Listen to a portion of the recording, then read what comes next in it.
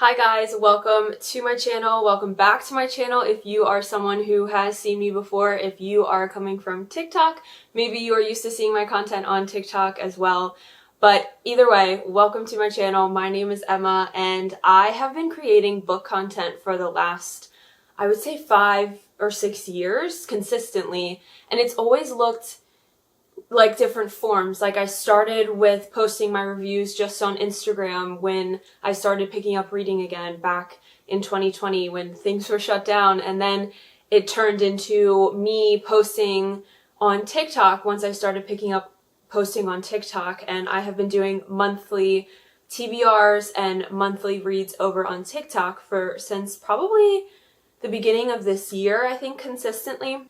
And I wanted to pull this over to YouTube because I really love long form content and I want to make this a space for my reading content as well. And I feel like the videos that I post on TikTok about my reading tend to be very lengthy and I could go on forever about books. So I wanted to pull this over here and do my long form, what I read in a month, and TBR for the next month on my YouTube. So without further ado, this is my August reads and September TBR. The last couple months, I have been feeling like I have been really increasing my screen time and doing a lot of scrolling instead of doing a lot of page turning. So my August goals were to push myself further in my reading and to read a lot more. I had a lot more time that I was going to be on the go and I had a few flights, so it made it easier for me to have a lot more time to read since I had a lot more downtime where I couldn't be on technology. The first book I read this month was something that I had been having a lot of build up for, and that was Atmosphere by Taylor Jenkins Reid. Taylor Jenkins Reid is one of my favorite authors of all time. I feel like she was someone who I really got into right off the bat with reading in my 20s, like picking up reading in my 20s.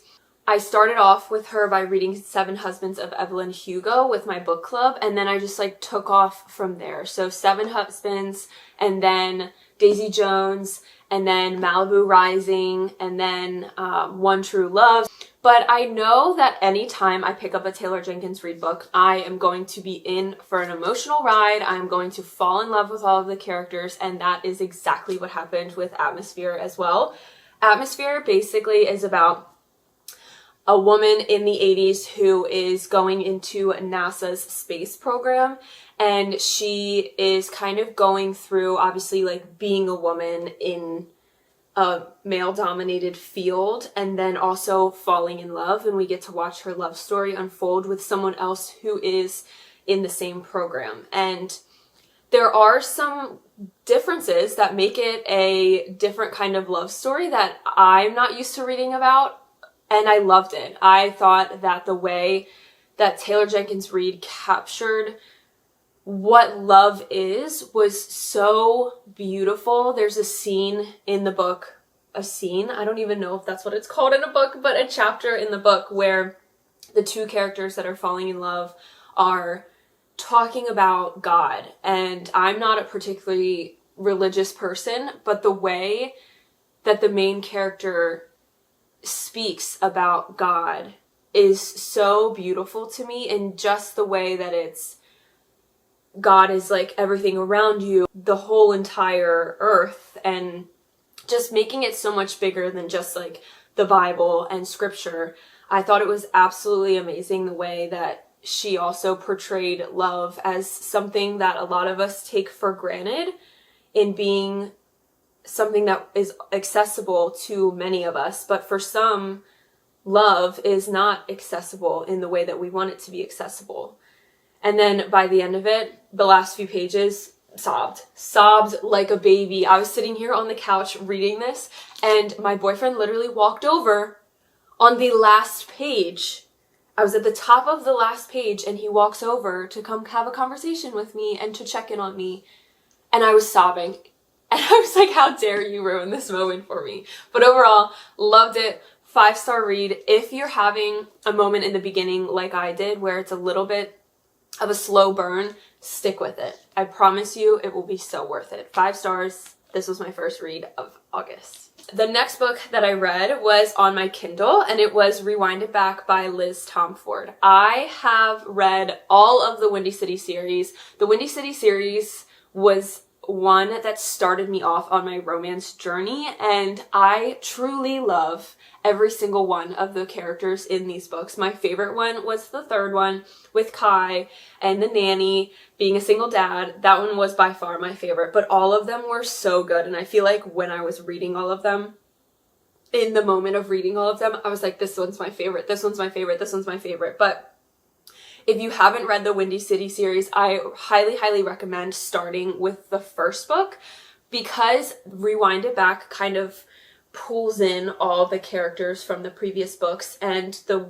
reason that I really liked Rewind It Back is because there was no like final like 7th inning fight at the end. And there also wasn't that like cheesy chapter at the end of the book where they just throw in this like extreme like love scene. There was none of that. It just had like, it wrapped up all the characters in a nice little bow, and it also set it up so that you know that she's going to be coming out with another series with new characters. And I believe it's going to be in California. It's going to be the new location. So I'm really excited for those. Something that was so crazy about this one is that it's all about these two characters falling in love and their birthdays being opposites. So his birthday is 8/3 and her birthday is 3/8. And it's so crazy to me because when I was reading it, I was like, am I in a simulation right now? Because my birthday is August 3rd and my sister's birthday is March 8th. And we have always made it a thing our entire lives about like 8 and 3 and 3 and 8, and my whole family has this thing about 8s and 3s. So it was so weird reading about it, but it made it that much more special to me. But again, this whole series, every single book was 5 stars for me. I highly recommend. If you have not read romance before, go for it. If you have read it before, I would say that it's pretty spicy, but nothing like absolutely crazy. Definitely graphic, but loved it. 5 out of 5 stars. The next book that I read, I absolutely flew through. I had a flight to Chicago and then a flight back to Chicago within 2 days for work. And on the way there, I was just ripping through this book. The flight felt like it was 30 minutes long, even though it was 2 hours, because I was just running through this book. But it's The Unhoneymooners by Christina Lauren. And this, I think, is my second Christina Lauren book. And I didn't know that it was 2 best friends like writing together, which I think is really cool. But this book, I would say, is really good, a really good summer read, and I highly recommend only reading it in the summer. I feel like this is one of these books, if you're reading it outside of like a perfect window of time to read it, it might not hit the same. I thought it was like the perfect summer beach read, fluff, like very much, like there's not a lot of depth to it, but it was still fun and it kept my attention. And I was really, like the clumsiness of it all, I just thought it was so good. But basically this book is about twin sisters, and the one sister who narrates it, she is like the unlucky sister and the one that people don't like as much as her sister. And her sister, the other twin, gets married and has this big wedding ceremony, and they sit down to eat, and every single person gets food poisoning except for except for the narrator, so her sister, and then the groom's brother. And so they have this honeymoon planned, and the bride and the groom can't go on the honeymoon. So the other twin who's narrating it and the groom's brother end up going on the honeymoon together, and it's very much like enemies to lovers. And I just think it's cute. Like, I thought it was really cute. I was not expecting a lot of the ending, and I thought the one scene at the end was like absolutely savage, and I loved it. So I do recommend this book. I think I rated it 4 stars, But again, it has to be perfect conditions. If you read this in like the dead of winter, I don't think you're gonna like it as much as you would if you were to read it in summer. Once I finished The Unhoneymooners, I moved back into Throne of Glass. I have finished Throne of Glass, I have finished Crown of Midnight, and with fantasy series, I don't like to read them back to back to back because I'm afraid that I'm going to get tired of reading the same characters for so long. So instead, I kind of break it up with some books in between. So I read Crown of Midnight, then I read those 3 books that I just talked about, and now I'm on Heir of Fire. I will say I didn't love Throne of Glass as much as I was expecting, but Crown of Midnight redeemed it for me. And now I'm on Heir of Fire and I'm about 200 pages in. And I feel like this one is reminiscent of Court of Silver Flames in that it's like she's gone through something and she's miserable and we're trying to get her out of it type of storyline. And there's also like lots of different things happening at once and lots of different narrations happening at once. So it is one that I have to be like completely focused in and paying attention. But overall, I'm liking it so far.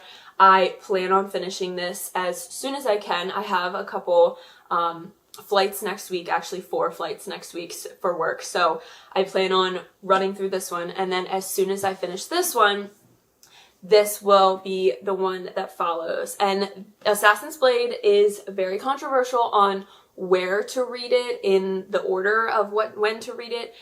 I'm reading it 4th. I'm reading it 4th. I think that that was the author's suggestion. That's when I'm reading it. I read Throne of Glass, Crown of Midnight, going to read Heir of Fire, and then I'm reading this one. So I'm hoping in September to read both of these and kind of continue to move through and keep up my reading count because I've been on a roll and I've been really trying to focus on reading more.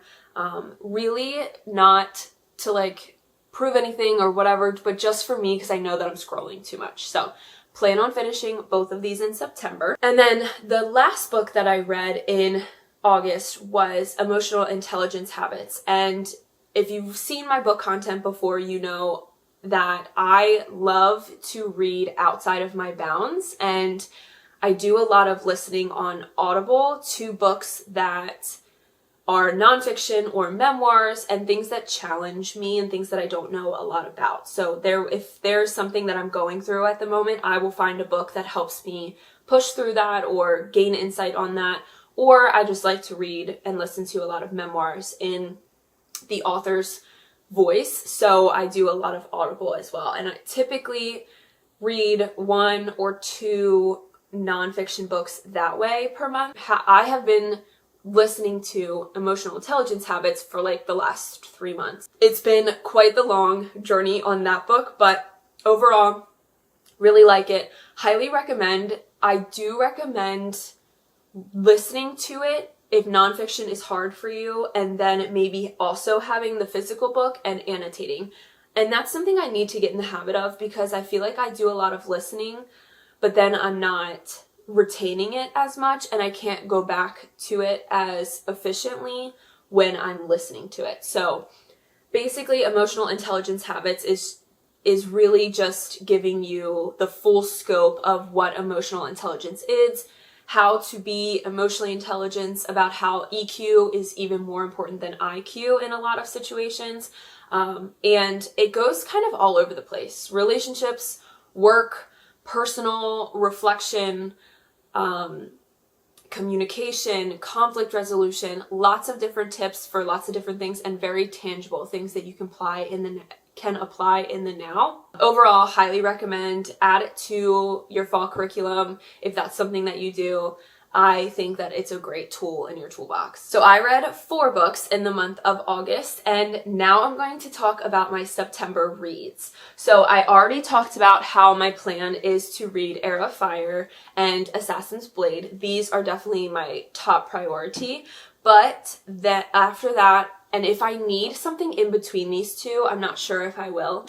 My next one that I'm going to read is The Conditions of Will by Jessa Hastings. And I tried to read Magnolia Parks, and I did read the first one, but I honestly didn't get the hype that is around those books. And I think I'm in this era of reading where I want books with more depth. And if I'm reading about like characters falling in love, I need there to be like more of a base and a foundation. And I know that sounds really stupid and pretentious, but I just like can't read these like high school or college love stories with all this drama. I'm definitely out of the stage of my life of drama, and I don't like to read about it.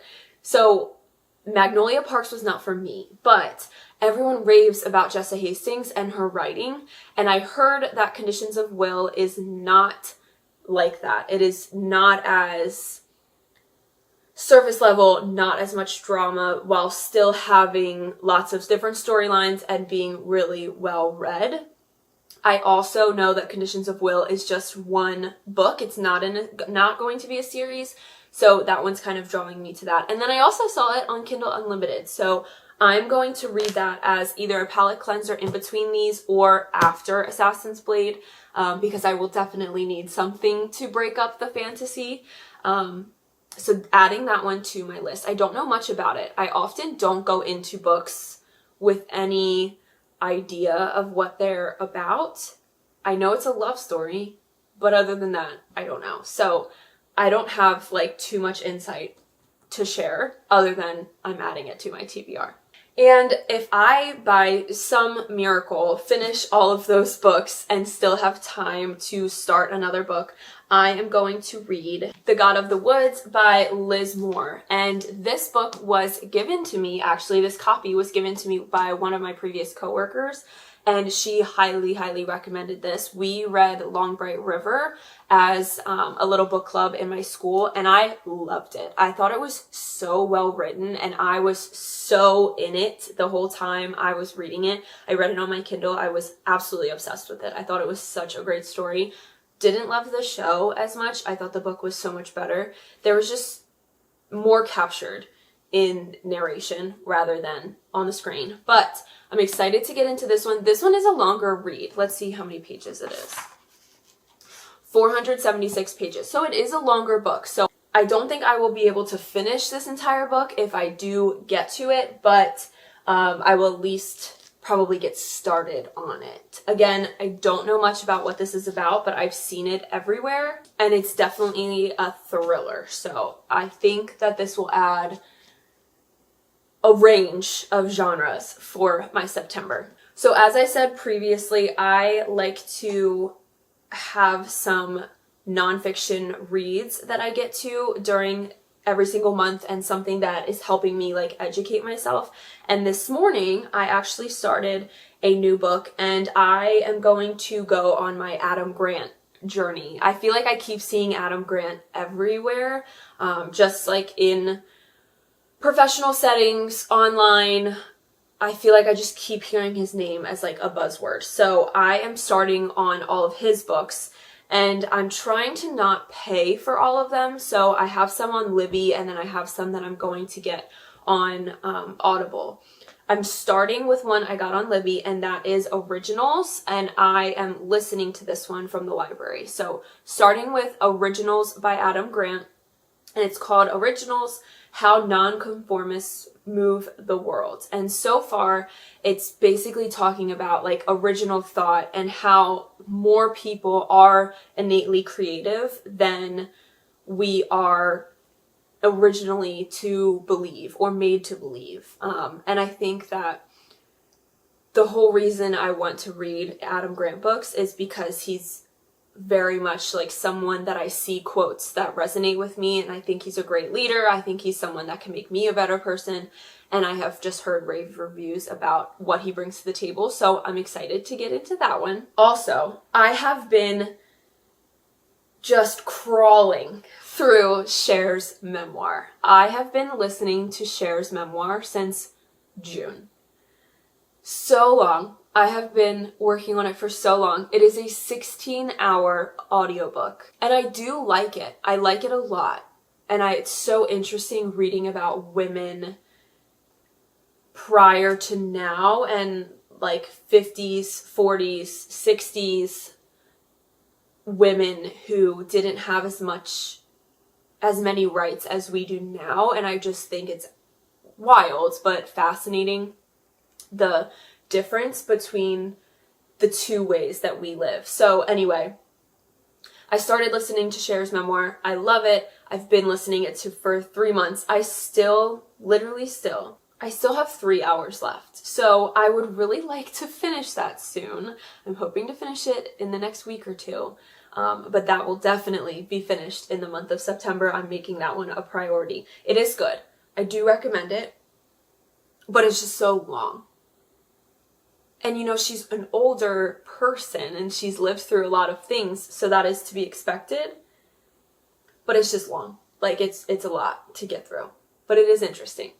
And then if I do need something else to listen to, I like to have a nonfiction and then a memoir going at the same time, so that if I want to listen to more of a story, I'll listen to the memoir. If I want, like, morning, I want information coming into my brain, then I will read the nonfiction. But if I have time after I finish Cher and I need another memoir, I'm going to read When Breath Becomes Air. I have been seeing this everywhere, and I didn't know it was a memoir. And then I was looking into it yesterday when I was making my TBR, and basically I found that it's about a student becoming a neurosurgeon, and he is diagnosed with stage 4 cancer.